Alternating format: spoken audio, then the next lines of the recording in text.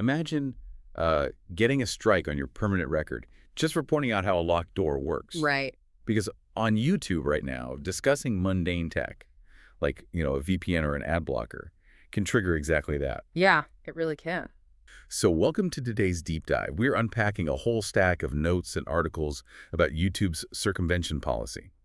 And our mission here is to figure out why seemingly innocent tech videos are just vanishing without warning. Exactly. We're trying to decode that invisible line between, sharing tech knowledge and breaking platform rules. Right, because my analogy is basically YouTube's policy saying it's fine to point out a locked door, but it's a crime to show someone the shape of the key. I mean, that is a perfectly accurate analogy. And to understand why it feels like that, we have to look at the root of the policy itself. Okay, where does it come from?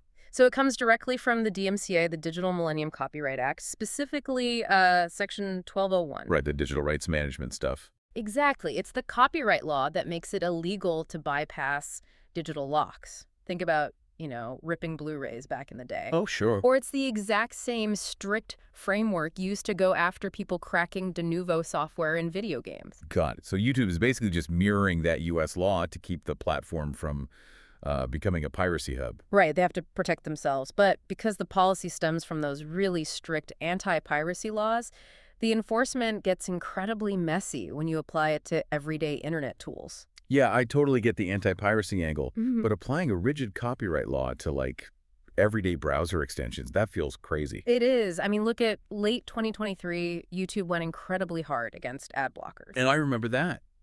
But wait, if a creator makes a video criticizing YouTube for that ad blocker ban, aren't they technically discussing circumvention? Well, yeah. So how does anyone navigate that without getting a strike on their channel? So the distinction YouTube tries to make here is between commentary and a tutorial. Okay, commentary versus tutorial. Right. So if you upload a video explaining, why geo-restrictions exist, or you're criticizing those ad blocker policies, they generally classify that as safe commentary. Oh, okay, that makes sense.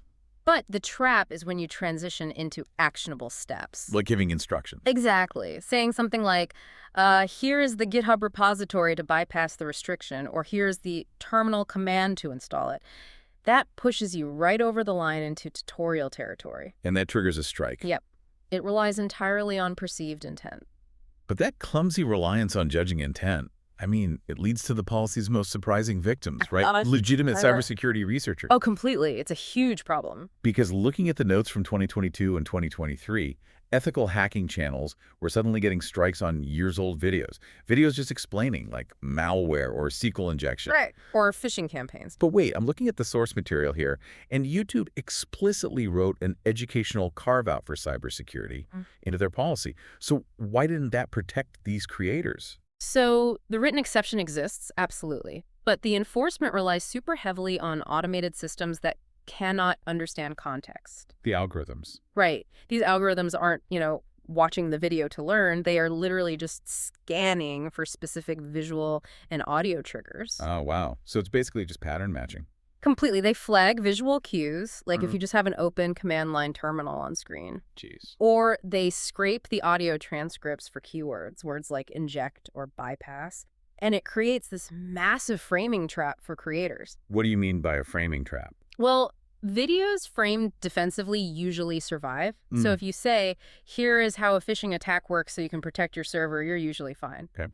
But videos showing the attacker's perspective, even if it is strictly for an educational capture the flag competition, they get nuked. Just because of the perspective? Yeah, because the system sees the terminal, hears the keywords, and just issues a strike. And sometimes it doesn't even take a video. Wait, really? Yeah. Just linking to a sketchy tool or even a standard penetration testing tool in your description can trigger the algorithm. Wow. So navigating this for you, the listener, you basically always have to explicitly state the why before the how in any tech discussion. Yeah, you essentially have to perform algorithmic theater. Algorithmic theater, that's a great way to put it. Your primary audience isn't a human anymore. You are actively presenting a defense to a robot watching over your shoulder. Which leaves this really massive, lingering question over all of this. If automated platform systems are increasingly tasked with judging human intent, are we risking a future where vital digital security knowledge is completely erased from the internet? just because an algorithm can't grasp the context. Exactly.